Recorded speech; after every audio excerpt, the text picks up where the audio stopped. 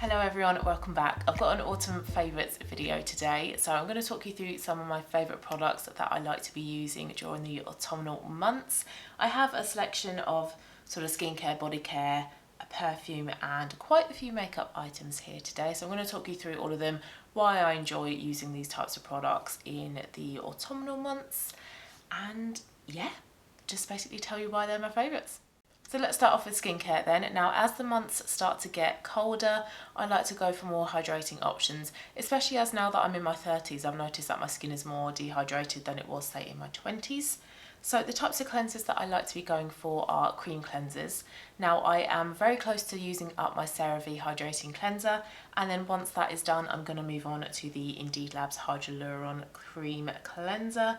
I did use this a couple of times before I had my dermatitis outbreak, but I'm going to roll this back in to my routine once my CeraVe one is used up. So cream ones are the types of cleansers that I use in the morning and then as my second cleanse of an evening.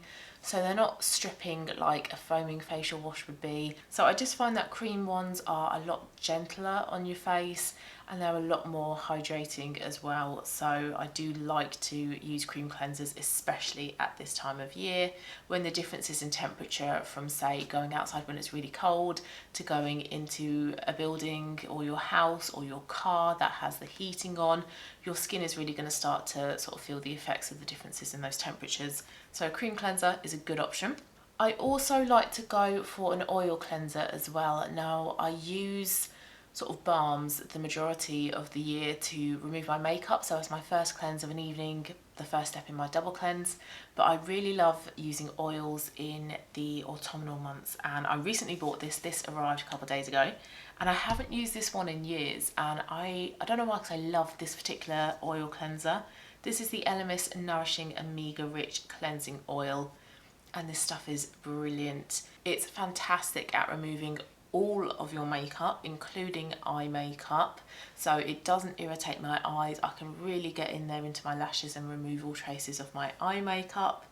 It also turns into a little bit of a milk as well, so once you've done massaging it into your face, you can add some water and it turns into a milk, so it makes it a little bit easier to remove as well, so you're not going to get that kind of that oily film on your face that you can sometimes get with oil cleansers. You're not going to get any of this, and it's just so hydrating as well. I remember the first time I used this when my skin was more oily than it is now, and I thought, I'm not going to get on with this. To use an oil cleanser on somebody with oily skin, that just sounds like a right contradiction in my head. I now know that like attracts like, oil likes oil, so if you have oily skin, using an oil or an oil-based cleanser is a good idea. And I used it, and immediately afterwards my skin looked so much clearer, it was so much more hydrated, and it was one of those products where you use and you're instantly like, I love that. Don't know why I've never used that before. And I honestly don't know why I haven't purchased this in years. I love the Elemis Pro Collagen Cleansing Balm, so I think it's probably just because I tend to stick to that one. But I have used this for the past couple of nights and this stuff is brilliant. I love it. And combining that with a cream cleanser, this of an evening, my face is just going to feel so hydrated and so kind of nourished. Speaking of oils, I like to use a facial oil after I have cleansed and toned my face as part of my sort of serum stage. And at the moment, the one I'm using is the Indeed Labs Squalene oil. As you can tell, I've not really used much of it at all. You don't need a lot, you only sort of need 2 or 3 drops, and you apply it to your face and your neck and décolleté. And it's just an extra layer of hydration in your routine. Now, I personally wouldn't use this of a morning. I don't like to use anything too oily of a morning because 9 times out of 10 I'm wearing makeup and I don't want it to sort of slip off my face. But of an evening, using an oil before I go to bed as part of my nighttime skincare routine is just so nice. It just makes sure that I've got another layer of hydration there. And this one isn't a real rich oil. As you can see, it's really runny, it's really liquidy. So it's not a thick oil that you feel is going to clog your pores, is going to lead to more problems. This one sinks in really, really lovely. Other oils that I like as well are the Elemis oils. Elemis do some lovely facial oils. I think it's was it Declior? No, who is it? Is it Clinique or Clarins? Clarins Blue Orchid Oil, I think it is, facial oil. That one is lovely as well. There are quite a few really nice oils on the market, but Squalene is a pretty good all-round oil, and this one was recommended by Caroline Hirons, and if she recommends a skincare product, I'm gonna buy it, I'm gonna try it. Okay, body care. I only have one body care item, and it is the Dove Derma Spa Summer Revived Body Lotion. Now, it doesn't necessarily have to be this one in particular, but I really like wearing a tanning body lotion in the autumnal months. I do try to wear it throughout the year as well. Now, as you can see, I'm naturally very pale, and I don't really sort of tan throughout the year. I'm not a lot darker in summer than I am now, for example. My level of paleness tends to stay fairly constant throughout the year, but I feel like I notice it a lot more in autumn and winter as well. Now, it's probably because I'm not really getting more of my body out. I'm wearing more layers, I'm covering up more head to toe, more going for long line, long length clothing, so my skin isn't really getting exposed to sun. And we don't really have sun at this time of year anyway. So I just feel like I notice how pale I am more in the autumnal months. Now, I'm pretty lazy. I don't really like fake tanning. I feel like it's a bit of a faff. I'm not great at it as well, so sometimes it might be a bit streaky or a bit patchy. And I just can't be bothered to keep up with the routine of fake tanning every week. So I really like using a tanning body moisturiser for those days when I notice I'm getting a little bit pale, a bit pasty. I can apply some of this, and then it doesn't necessarily make me tanned as such, like I've been on holiday. It just adds a little bit of colour, just a little bit, not so much for other people to notice, but for me to notice. It just takes away that real kind of like whiteness to my skin, that real pastiness, just a touch of colour to my skin, and that's all I'm after. And because it's a body moisturiser, it's a lot less upkeep than fake tan. And what I like to do is I like to apply it this one day, a non-tanning body moisturiser the next day, and then this one, so I alternate it. And I feel like I can control a lot better the amount of tan I get with a tanning body moisturiser than I do a fake tan. So this is the first time I have tried the Dove one, and I quite like it. I think this one is pretty good. I think it's probably better than the Garnier one. I can't remember what it's called, but it's the thin sort of hourglass shaped orange bottle. That one is okay, but that one does tend to get quite patchy and quite orange the more you apply it. The one I really like is the Bondi Sands Gradual Tanning Milk. It's in the blue bottle. That one is lovely. That one is so natural. Smells really nice, but I just wanted to try the Dove one, so that's why I'm using this one at the moment. But yep, I like this one, and I do have a backup of this one as well actually, so I would repurchase it. But yeah, it just helps me feel just a little bit more tanned at this time of the year. Okay, moving on to perfumes next. I only have one perfume I want to talk about. Now, there's not one particular perfume that I like to wear every year in autumn, but I do like to go for perfumes that are a bit more heady, I would say, a bit more intense, a bit more musky and sort of sexy, real like earthy types of scents. So nothing overly floral and fruity and feminine and girly. Those are more sort of spring and summer fragrances to me.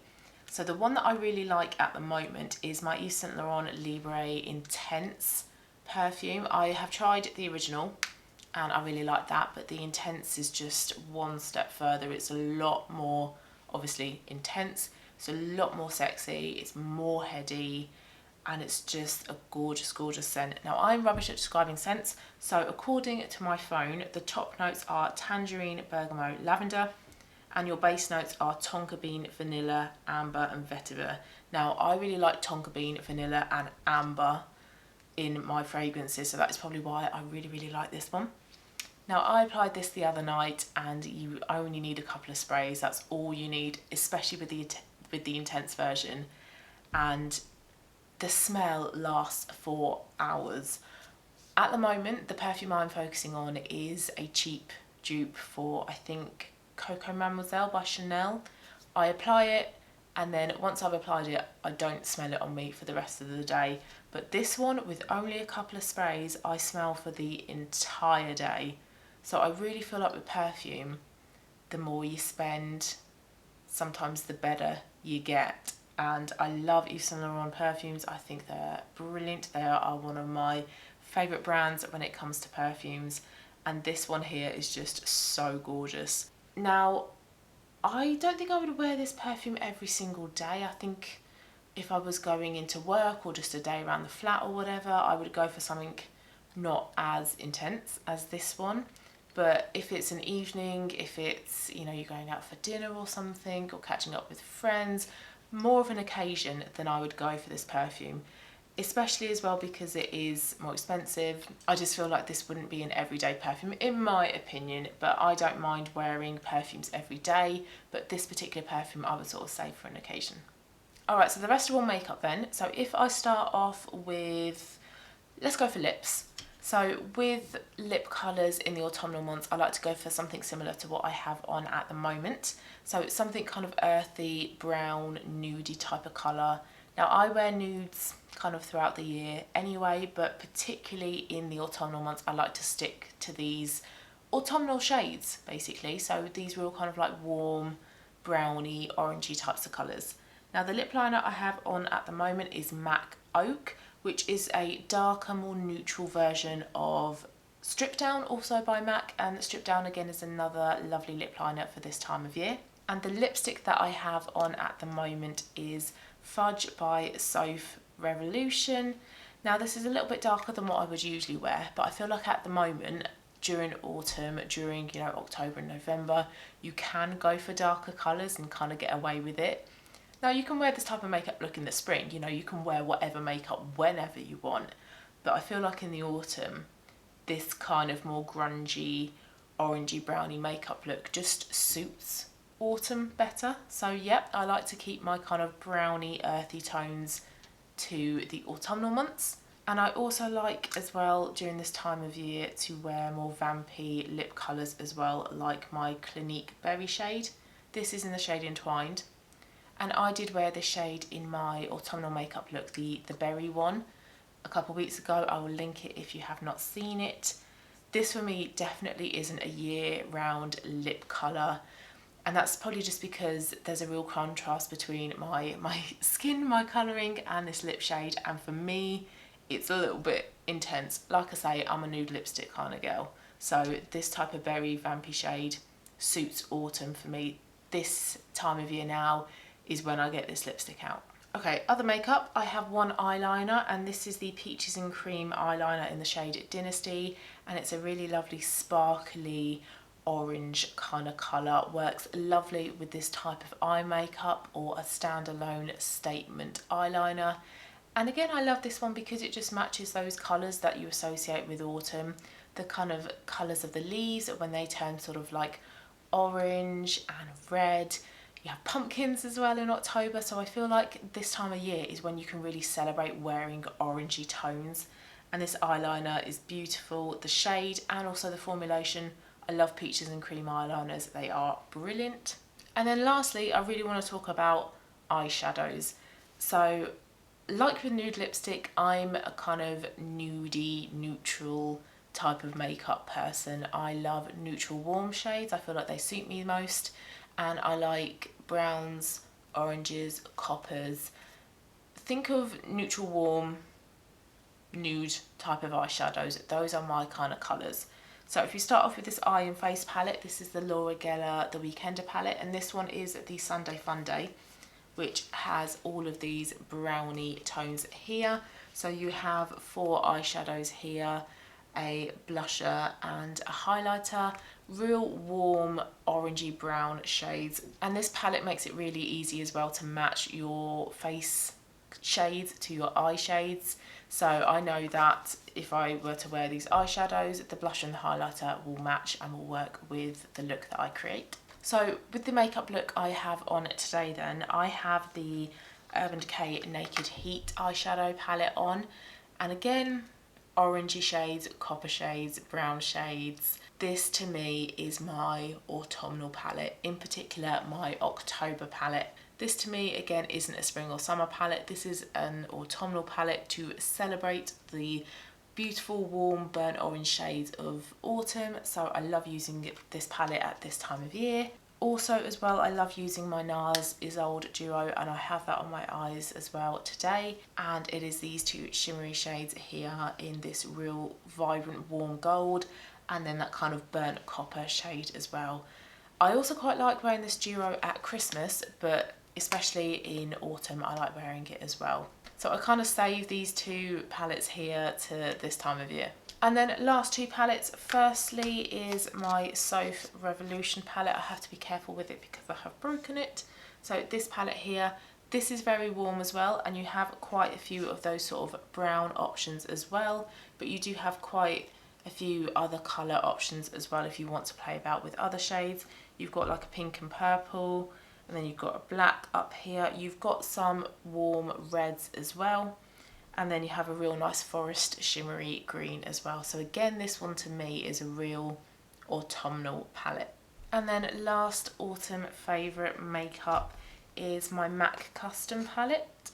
So I chose all the shades to go in this palette here, but as you can tell as well, they are quite warm, and a lot of them are again these sort of like orangey peachy brown shades here.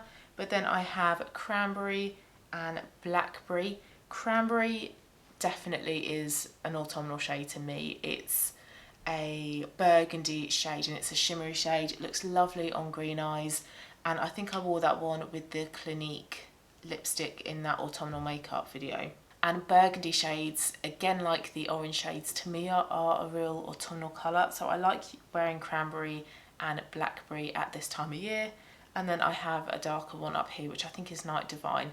So I tend to use this MAC palette more at this time of year, more in autumn or in winter. This isn't really sort of like summer, spring shades to me.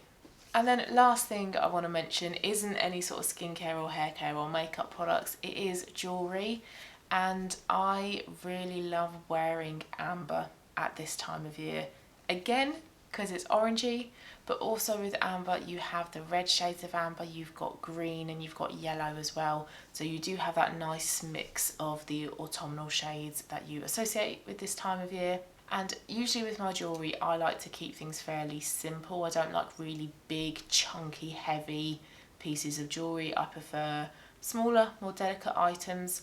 But I feel like amber suits both delicate pieces of jewellery and chunkier pieces of jewellery.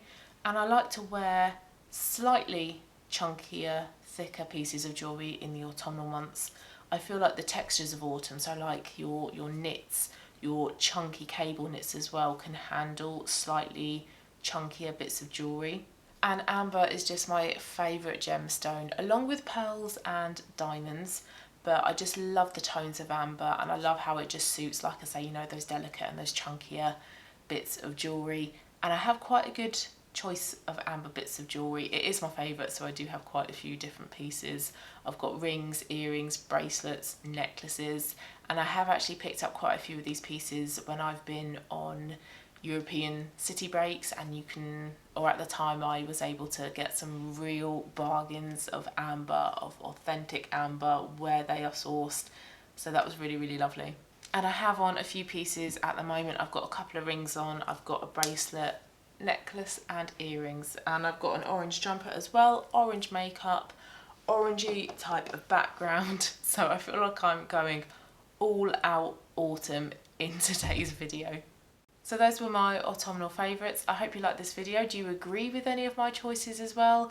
Please add your favourites to the comments down below. I'd love to hear what you guys are really loving at this time of year. Thank you so much for watching this video, guys. I hope you're all well, and I'll see you again in my next one.